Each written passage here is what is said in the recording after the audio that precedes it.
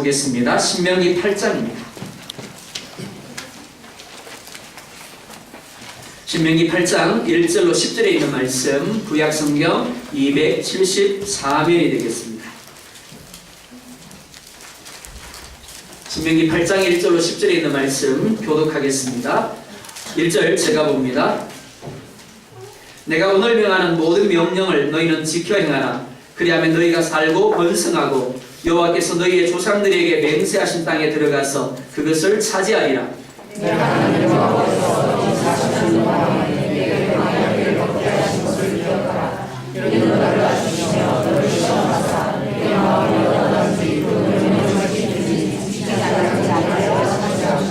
너를 낮추시며 너를 줄이게 하시며 또 너도 알지 못하며 내 조상들도 알지 못하던 만나를 내게 먹이신 것은 사람이 떡으로만 사는 것이 아니요 여호와 입에서 나오는 모든 말씀으로 사는 줄을 네가 알게 하려 하심이니라.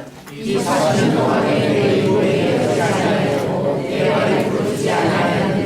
너는 사람이 그 아들을 징계함 같이 내 하나님 여호와께서 너를 징계하시는 줄 마음에 생각하고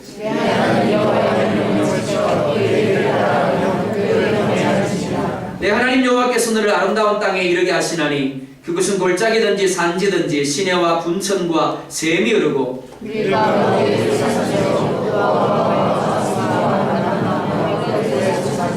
내가 먹을 것에 모자람이 없고 내가 아무 부족함이 없는 땅이며 그 땅에 돌은 철이요 산에서는 동을 캘 것이라. 내가 먹어서 배부르고 내 하나님 여호와께서 옥토를 내게 주셨으므로 그들을 찬송하리라. 아멘. 순종과 축복은 비례한다라는 제목으로 하나님 말씀 증거하겠습니다.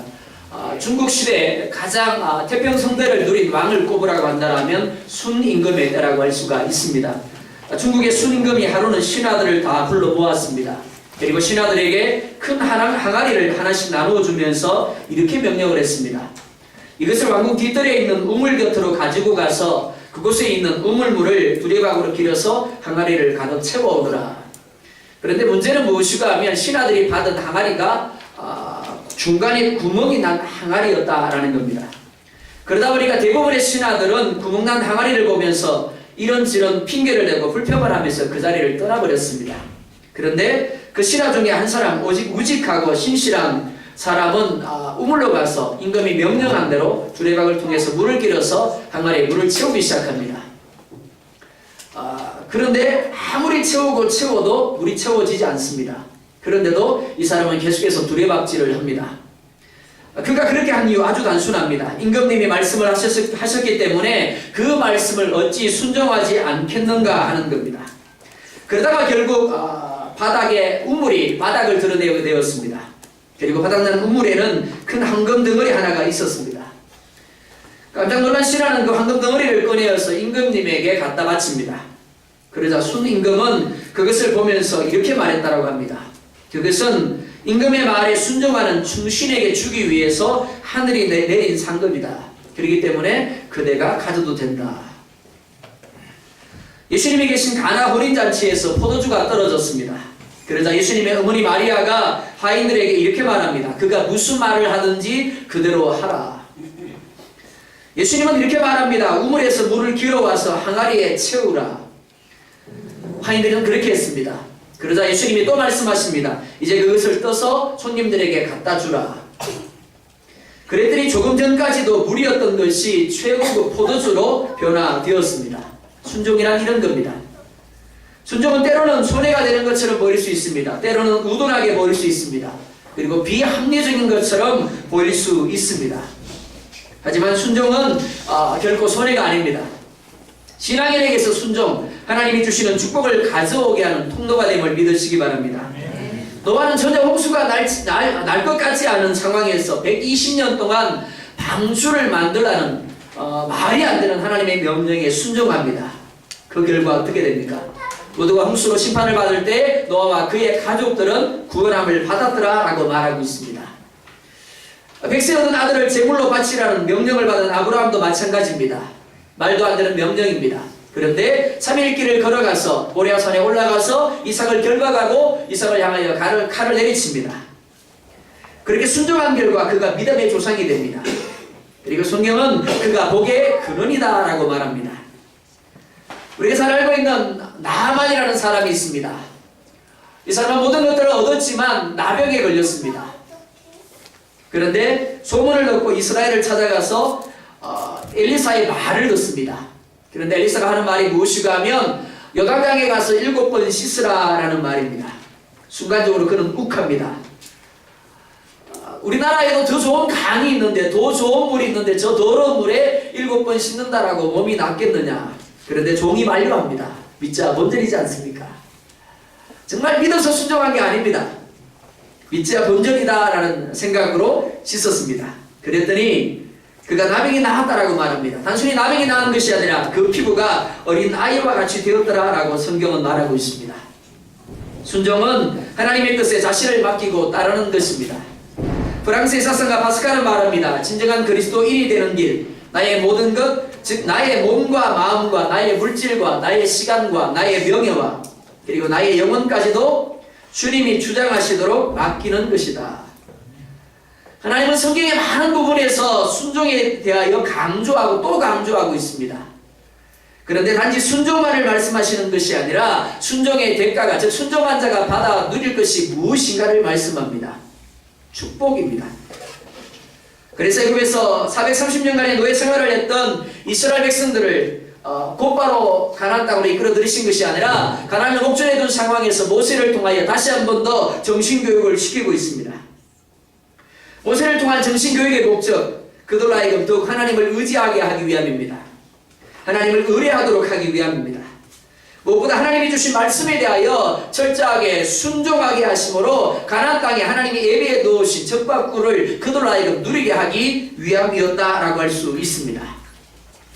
먼저 본문은 광야의 의미가 무엇인가를 우리 가운데 말씀하고 있습니다. 이스라엘 백성들이 거쳐왔던 40년이라는 시간의 광야 여정의 의미, 그리고 왜 하나님께서 그렇게 하셨는가의 목적을 우리 가운데 말씀합니다. 2절 말씀을 보면 이렇게 말씀을 합니다. 우리 읽었지만 2절 다시 한 번 더 보겠습니다. 시작.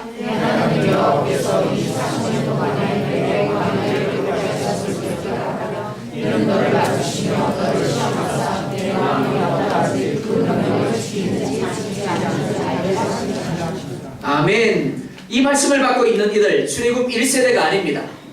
출애굽 1세대는 모세를 비롯해서 여호수아와 갈렙을 제외한 모든 사람들이 이미 광야 40년 생활에서 죽었습니다.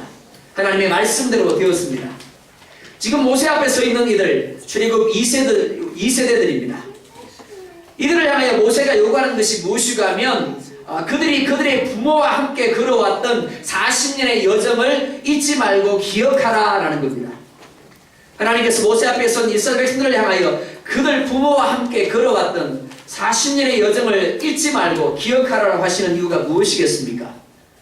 사람에게는 살다 보면 기억하고 싶지 않은 기억들이 있습니다.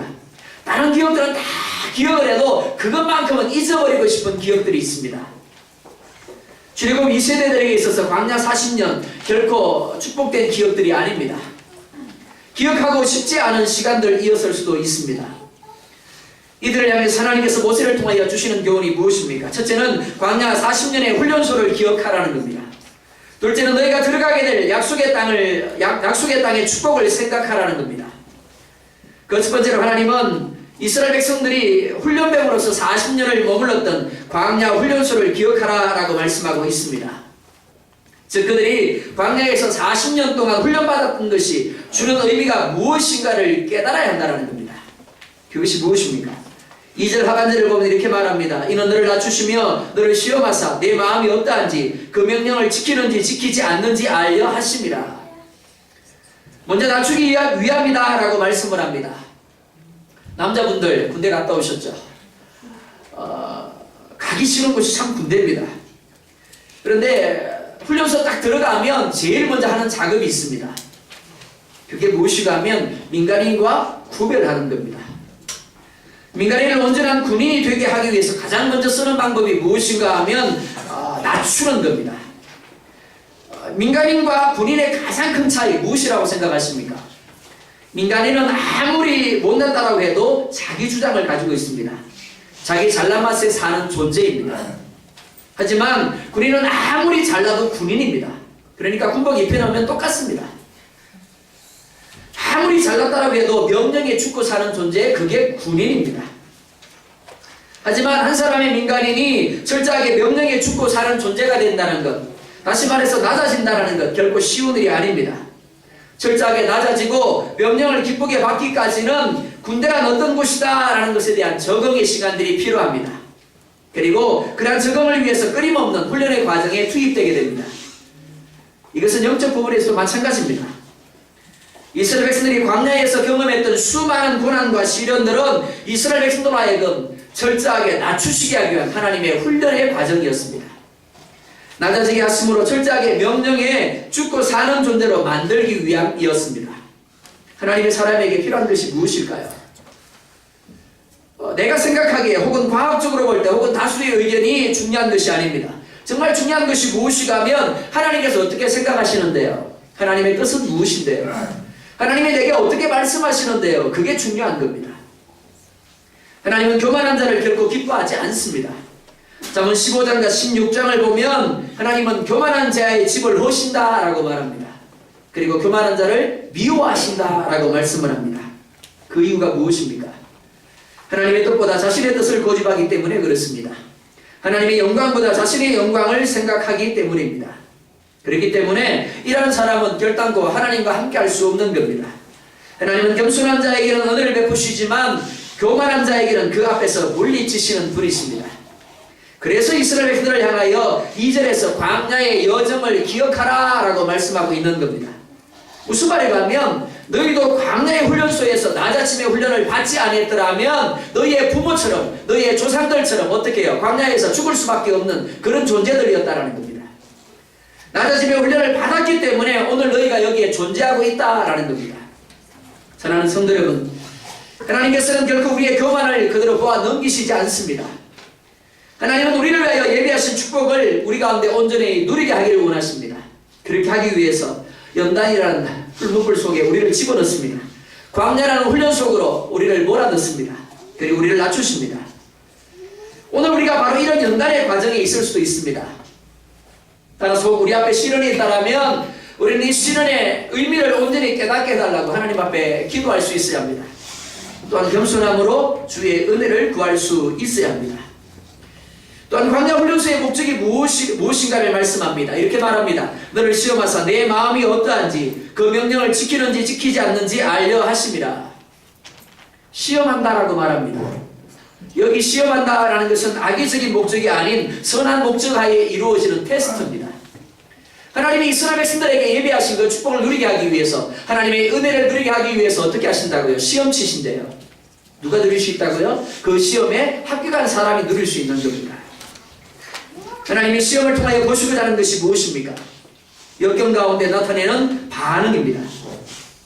사람은 일반적으로 역경이나 좌절의 상황 앞에서 그가 가지고 있는 진실된 모습을 드러내기 마련입니다. 어떤 이는 역경 앞에서 좌절합니다. 절망합니다. 하나님이 어디였어? 하나님이 계시다라면, 하나님이 나와 함께하고 계시다라면 내가 도대체 이런 고난 가운데, 이런 절망의 상황 가운데 머물게 할 수가 없어 라고 이야기를 합니다. 그래서 하나님을 부인합니다. 믿음의 자리를 떠나버립니다. 반면에 또 어떤 이는 오히려 자신의 연약함을 고백합니다. 오히려 하나님 앞에 기도의 무릎으로 나아갑니다. 하나님이 도와주지 아니하시면, 하나님이 자기 자신을 불쌍히 여기지 아니하시면 살 수 없다라고 하나님의 역사하심을 구합니다. 다시 말해서 하나님은 이스라엘 가운데 시험을 행하심으로 그들을 양과 염소로 구별하기를 원하시는 겁니다. 알곡과 가라지를 구분하기를 원하시는 겁니다. 그 모습은 비슷합니다. 짝퉁과 명품이 차이가 나던가요? 잘 아시는 분들은 아시더라고요. 근데 저는 그게 그건 것 같아요. 사실은 믿음도 똑같습니다. 알곡과 가라지, 양과 염소, 언뜻 보기에는 전혀 차이가 나지 않는 것처럼 보이는 것이 사실입니다. 하지만 그 심중에 있는 것은 다릅니다. 그렇기 때문에 그 심중의 것을, 시험이라는 것을 통해 하나님은 보시기를 원하시는 겁니다. 주여라고 말하는데 정말 그 마음 가운데 하나님을 주인으로 인정하는 것이 있는지, 하나님을 믿는다라고 말하는데 정말 그 마음 가운데 하나님을 믿음으로 모든 것을 내어 맡길 수 있는 인정함이 있는지를 보기를 원하시는 겁니다. 고난 중에서 드러내는 열매들이야말로 그들의 마음에 가득한 것이 무엇인가를 나타내기 때문에 그들을 증거할 뿐만 아니라 일반 사람들로 하여금 그를 판단하게 하는 증거가 된다는 것입니다. 다시 말해서 하나님의 가시는 시험이 믿는 이들에게는 하나님의 은혜를 인정하며 더욱 하나님을 바라보게 하는 도구가 됩니다. 반면 거짓된 믿음을 가진 이들에게는 어떻습니까? 하나님과 사람들 앞에서 자신이 가진 믿음의 거짓을 드러내게 되는 겁니다. 그리고 이를 통해서 결국에는 내어 쫓김을 당할 수밖에 없는 겁니다. 그래서 1절 하반절을 보면 이렇게 말합니다. 그리하면 너희가 살고 번성하고 여호와께서 너희 조상들에게 맹세하신 땅에 들어가서 그것을 차지하리라. 지금 모세 앞에 서서 말씀을 듣고 있는 출애굽 2세대는 누구보다 이 말씀이 실감나는 이들입니다. 왜냐하면 그들은 애굽에서 함께 나와왔지만 오히려 하나님의 명령을 지켜 행하지 못하고 역경 가운데 오만한 자리에 거함으로 멸망을 당한 누구를 봤다고요? 자신의 아버지, 자신의 어머니를 본 겁니다. 자신의 친척을 봤어요. 자신의 이웃들을 바라본 겁니다. 그들이 왜 가난에 들어가지 못하고 광야에서 죽을 수밖에 없었는가를 너무나 실감나게 경험한 이들이 바로 오늘 이들인 겁니다. 사랑하는 성도 여러분, 하나님은 우리에게 더 많은 것으로 누리게 하기 원하심을 믿으시기 바랍니다. 더 큰 풍성함으로 채워주시기 원하심을 믿으시기 바랍니다. 그러기 위해서 오늘 우리를 향하여 자격시험을 치십니다. 오늘 내 앞에 혹 감당할 수 없는 어려움이 있습니까? 그것이 물질의 문제이든 건강의 문제이든 아니면 사람의 문제이든 하나님의 말씀의 거울 앞에 자기 자신을 비춰볼 수 있기를 원합니다. 그리고 하나님 말씀 앞에서 버릴 것은 철저하게 버리고 오직 하나님의 은혜와 도우심을 구할 수 있기를 원합니다. 순종하는 자를 향하여 하나님은 그것을 얻게 하리라 말씀하고 있습니다. 두 번째로 본문은 이스라엘을 돌보시는 하나님에 대하여 말씀합니다. 3절 말씀입니다. 같이 보겠습니다. 시작. 너를 낮추시며 너를 어디하시며 너를 알사하며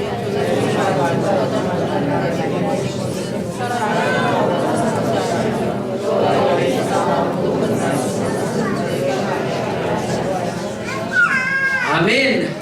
이스라엘 백성들이 430년의 노예 생활에 종지부를 찍고 해방되었을 때 어땠는가를 출애굽기는 우리 가운데 잘 표현하고 있습니다. 그들이 기뻐했습니다.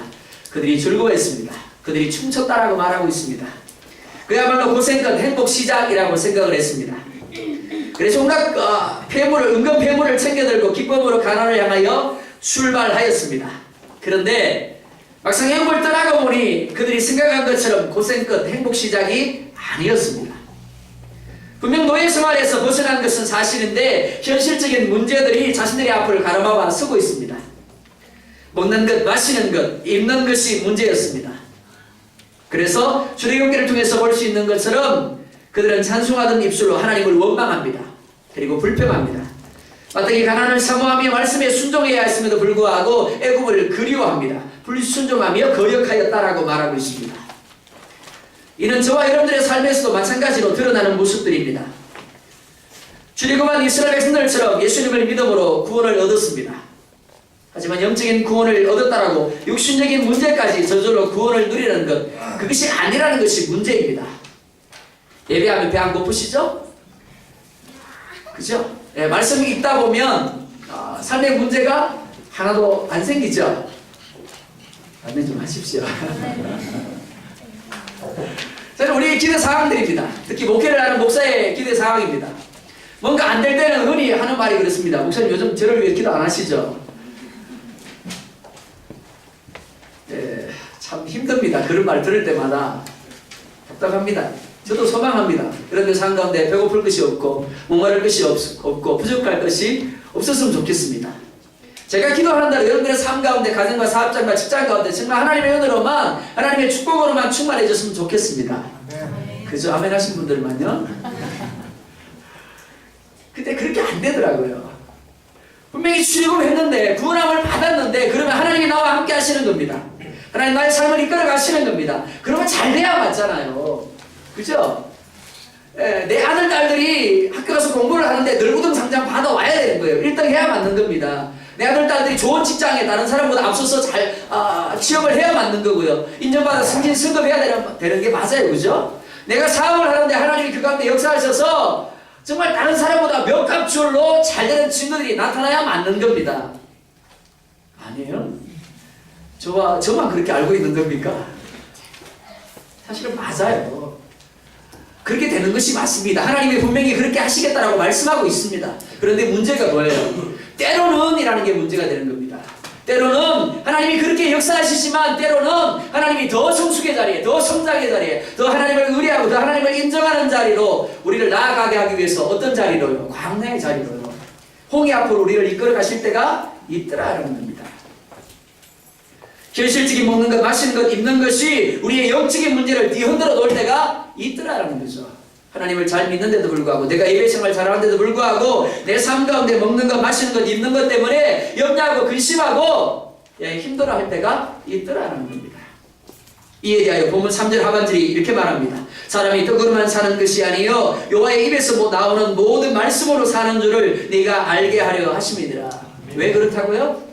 분명히 우리가 잘 돼요. 우리 가정이 잘 되고, 우리가 사업장이 잘 되고, 우리 직장이 잘 되고, 우리가 학업에서 잘 되고요, 시집장가 잘 가고요. 아멘 하세요. 제가 좀 선포하는 거예요. 그죠? 잘 하셔야 되잖아요. 혹시라도 결혼이 늦어지거든. 여러분들이 아멘 늦게 하셔서 그런 줄 아세요. 근데 왜 그렇다고요? 사람이 떡으로만 사는 것이 아니요 여호와의 입에서 나오는 모든 말씀으로 사는 줄을 내가 알게 하려 하심이니라 라고 말합니다. 하나님은 굶주림으로 고통하는 이스라엘 향하여 만나를 주십니다. 하나님이 그렇게 하신 이유는 땅에서 나는 식물만이 아니라 하늘로부터 내리는 영적 양식도 필요함을 알게 하시기 위함이다라고 말합니다. 이스라엘 백성들은 만나가 어떻게 그렇게 많은 양이 끊이지 아니하고 오래 계속해서 단지 특정 지역에만 떨어지지 않고 계속해서 내리는지를 알지 못했습니다. 하나님께서 이를 통하여 이스라엘 백성들에게 알게 하신 것, 하나님의 말씀의 중요성입니다. 하나님의 말씀의 위대성입니다. 하나님의 말씀의 능력입니다. 다시 말해서 대초에 하나님께서 말씀을 통하여 무에서 유를 창조하셨듯이 오늘도 하나님이 말씀으로 명하시기만 하면 불가능한 일이 없음을 그들 가운데 알게 하기 위함이었다는 겁니다. 그게 만나예요. 만나를 먹을 때마다 뭘 생각해요? 하나님이 말씀하셨구나. 하나님이 말씀하시면 불가능한 것이 없구나를 그들 가운데 인식하게 하기를 원하셨다는 겁니다. 하나님의 말씀의 중요성을 그들 가운데 깨닫게 하기를 원하신 겁니다. 특별히 하나님은 만나를 주심에 있어서 많이 거두는 자라도 남는 것이 없게 하셨다라고 말합니다. 또한 적게 거둔 자도 모자람이 없게 하셨다라고 말합니다. 인간적인 시각은 좀 이상하지 않습니까? 많이 거두면 남아야 맞는 게 정상입니다. 그리고 적게 거두었다라면 모자라야 정상입니다. 근데 많이 거두었다 남는 게 없고 적게 거두었는데도 모자람이 없었다라고 말합니다. 무슨 말입니까? 사람의 삶이 자신이 얼마나 인간적으로 힘쓰고 노력하느냐에 달려있지 아니하고 하나님이 말씀으로 어떻게 역사하시느냐에 달려있음을 그들 가운데 알게 하시기를 원하신 겁니다. 이는 본문 4절을 통해서 잘 알 수 있는 부분입니다. 우리 4절 말씀 또한 같이 보겠습니다. 시작. 이 40년 동안에 내 욕이 헤어지지 않았고 내가 욕을 듣지 않았습니다. 아멘. 이 말씀은 이미 하나님께서 이스라엘로 40년의 여정을 걷게 하실 것을 생각하시고 그들은 알지 못했지만 그들의 옷과 그들의 신발을 제공하고도 남을 만큼의 가축들을 준비케 하셨음을 말씀하는 겁니다. 이러한 사실들을 통해 하나님은 믿음의 백성들에게 있어서 정말 중요한 것이, 정말 우선되어야 할 것이 무엇인가를 말씀하고 있습니다. 그것은 무엇을 먹을까, 입을까, 마실까 하는 것이 아니라 말씀을 통한 순종으로 하나님을 경외하는 겁니다. 하나님은 당신의 백성들을 돌보십니다. 지키십니다. 그리고 축복하십니다. 사랑하는 성도 여러분, 이러한 하나님을 누리는 비결이 무엇입니까? 그것은 오직 주의 주신 말씀을 기쁨으로 순종하는 겁니다. 오늘 하나님이 여러분들을 위하여 준비하신 축복의 기회를 오히려 육적인 것을 위하여 여러분의 마음을 빼앗김으로 잃어버리지 않기를 주의 이름으로 축원드립니다. 세 번째로 하나님의 사랑과 하나님의 징계를 말씀합니다. 하나님은 이스라엘이 당신을 신뢰하지 못해서 말씀을 순종하지 못함으로 축복의 기회를 잃어버리는 것을 계속하여 지켜보시기만 하시는 분이 아니십니다. 하나님은 마치 육신의 부모가 자녀를 징계한 같이 동일한 모습으로 사랑의 매를 드시는 분이십니다.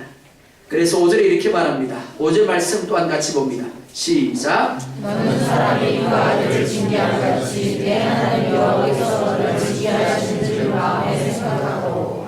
아멘. 이 말씀은 이미 앞서 말씀드린 바 있는 광야 훈련소의 의미를 다시금 되새기며 믿음의 백성들이 오직 말씀만을 붙잡고 순종해야 할 이유가 무엇인가를 가르치는 것이라고 할 수 있습니다. 자, 훈련소가 추구하는 목표가 두 가지가 있습니다. 첫 번째는 과거에 가졌던 잔재주들, 다시 말해서 자기 나름대로 익혔던 어설프고 잘못된 기술들을 다 잊어버리고 오직 교본대로의 사람을 재탄생시키는 겁니다. 하나님께서 징계를 통하여 우리를 훈련하시는 이유도 동일합니다.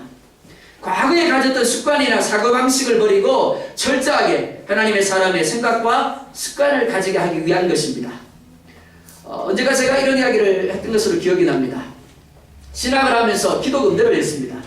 기독음대 주의과를 들어갔는데 첫 번째 시간에 누가 들어왔는가 하면 성가곡을 많이 작곡하신 김도환 교수님이 들어오셨습니다. 이분이 첫 번째 물음이 이겁니다. 여러분들 지휘해 보셨습니까? 그러니까 거기 앉아있는 분들이 대부분 교회에서 주의를 하는 분들이니까 네 라고 대답을 했습니다. 그리고는 김도환 교수님이 한번 해보라고 이야기를 합니다. 그러니까 자신있게 다들 해요. 근데 교수님이 뜻밖의 이야기를 합니다. 그건 주의가 아니라고. 그건 그냥 팔운동 하는 거라고. 다 잊어버리라고. 지금까지 당신들이 했던 그 주의는 그냥 팔운동이고 주의가 아니니까 다 잊어버리라고. 주의에 대해서는 아무것도 모르는 사람처럼 이제 새롭게 시작하자라고 했습니다. 그러면서 지붕을 잡는 법부터 가르쳐 주시더라고요. 마찬가지입니다. 하나님 우리에게 원하시는 것이 무엇이가 하면 하나님을 알지 못하던 때 우리가 가졌던 그 모든 것들 어떻게 하라고요? 다 잊어버리라는 겁니다. 그리고는 어떻게 해요? 마치 새롭게 태어난 아기처럼 새롭게 하나님의 말씀으로 시작하기를 원하시는 겁니다. 그게 첫 번째입니다. 두 번째는 훈련을 통해서 기본적인 힘과 기초 실력을 길러주고 그 마음을 인내의 마음으로 바꾸는 데 있습니다. 마찬가지로 하나님도 징계를 통하여 옛 생활의 방식을 바꾸시고 새 삶의 방식을 구축하기를 원하십니다. 즉 새로운 틀을 만드신다라는 겁니다. 오늘 우리가 예수는 믿지만 자꾸만 죄의 삶을 사는 이유가 무엇인가 하면 오직 온전한 그리스도의 틀이 완성되지 않았기 때문에 그렇습니다. 그래서 하나님은 부모의 마음으로 우리를 권면하십니다. 그리고 권면하다가 안 되면 어떻게 해요? 내도드시는 겁니다. 자녀를 향하여 매를 드는 부모의 마음 어떻습니까? 자, 부모된 여러분 한번 대답해 보십시오. 자녀를 향하여 매를 드실 때 기분이 좋던가요? 즐겁던가요? 기쁘던가요? 그 사람 여러분들의 마음이 이상한 겁니다. 자녀를 향하여 매를 드는 부모의 마음, 그 어떤 부모의 마음도 기쁘지 않습니다. 즐겁지 않습니다. 오히려 그 마음에 고통이 있습니다. 아픔이 있습니다. 때로는 눈물을 흘리면서까지 매를 듭니다. 그게 부모입니다. 하물며 그 아들을 여러분을 위한 제물로 주신 하나님의 마음은 더할 것입니다. 이런 하나님의 사랑을 깨닫는 자들마다 마땅히 감사함으로 말씀에 순종하여야 할 것입니다. 우리는 언제까지나 자기만 아는 철없는 자녀로 머물러서는 안 됩니다. 지금 누구에게도 말할 수 없는 기쁨의 고통의 시간 가운데 머물러 있지는 않습니까? 고독한 광야의 시간을 보내고 있지 않습니까? 그렇다면 그 시간이 하나님을 여러분들을 새롭게 만지시기를 원하시고 여러분들의 틀을 새롭게 만드시기를 원하시는 시간임을 기억할 수 있기를 원합니다. 그때 하나님께 집중할 수 있다면 하나님의 음성이 여러분들이 들려질 겁니다. 그때 하나님께 집중할 수 있다면 하나님이 어떤 분이신지 하나님의 마음이 하나님의 역사하심이 여러분들 가운데 누려질 줄 믿습니다. 마지막으로 하나님은 모세를 통하여 말씀을 온전히 순종하며 믿음으로 인내하고 순종하는 자에게 아름다운 땅을 누리게 하실 것이다 라고 말합니다. 7절로 9절 말씀입니다. 같이 보겠습니다. 시작. 내가 여호와께서 너를 아름다운 땅에 누리게 하시나니 이것은 너희에게 일과 우리의